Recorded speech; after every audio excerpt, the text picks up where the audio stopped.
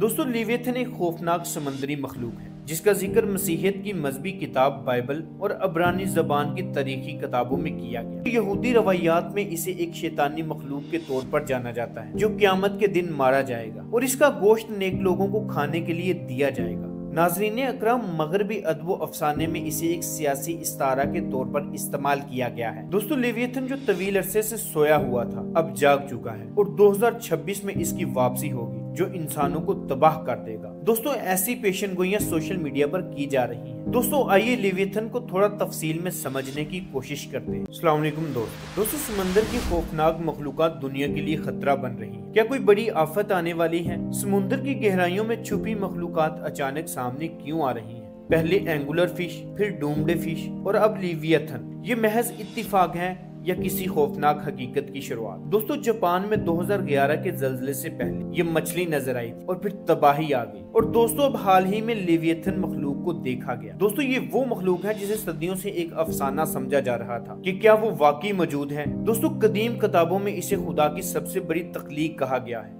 दोस्तों कुछ लोगों ने हाल ही में इसे बहरुल काहल में एक पुरअसरार साए को हरकत करते हुए देखा जो किसी आम वहील या शार्क से कई गुना बड़ा था। तो दोस्तों क्या ये लेवियथन है? क्या ये दुनिया के लिए एक खतरा बन सकता है? ये जानने के लिए वीडियो को आखिर तक लाजमी देखिए। दोस्तों लेवियथन एक खौफनाक समंदरी मखलूक है जिसका जिक्र मसीहियत की मजहबी किताब बाइबल और अब्रानी जबान की तारीखी किताबों में किया गया। दोस्तों ये एक बहुत बड़े सांप और मगरमच्छ से मुमासिल मखलूक है जिसका साइज गैर मामूली तौर पर बहुत बड़ा है, यानी ये बड़े आज़म ऑस्ट्रेलिया से भी बड़ा है। दोस्तों हालिया समंदरी वाकयात के बाद सोशल मीडिया पर ये क्यास आराइयां अरूज पर है कि समंदरी मखलूकात इस मखलूक के खौफ में साहल का रुख कर रही हैं। दोस्तों लेवियथन जो तवील अरसे से सोया हुआ था अब जाग चुका है और 2026 में इसकी वापसी होगी जो इंसानों को तबाह कर देगा। दोस्तों ऐसी पेशन गोइयां सोशल मीडिया पर की जा रही हैं। दोस्तों आइए लेवियथन को थोड़ा तफसील में समझने की कोशिश करते हैं। दोस्तों ये एक समंदरी मखलूक है जिसका जिक्र बाइबल, अब्रानी सहीफों और मुख्तलिफ माइथोलॉजीज में किया गया है।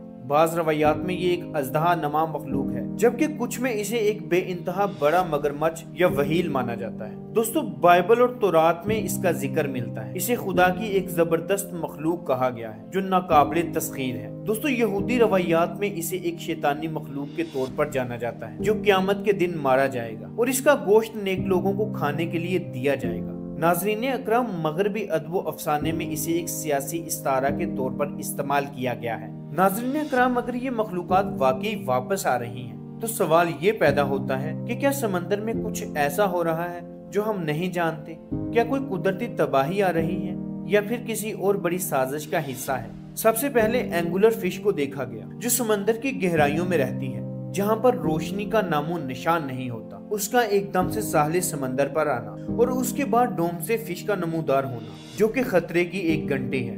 दोस्तों क्या समंदर के नीचे कोई ऐसा खौफनाक तगैयर हो रहा है जो इन मखलूकात को सतह पर ले आ रहा है या फिर ये किसी बड़ी तबाही की निशानी है? कमेंट सेक्शन में अपनी कीमती राय का इजहार जरूर दें और अगर आपको ये वीडियो पसंद आई तो इसको लाइक करें, इसको शेयर करें और अगर आपने अभी तक हमारा चैनल सब्सक्राइब नहीं किया तो उसे अभी सब्सक्राइब करें ताकि इस तरह की हर इंफॉर्मेटिव वीडियो आप तक बआसानी और वक्त पर पहुंचती रहे। मिलते हैं अगली वीडियो में, तब तक के लिए अल्लाह हाफिज।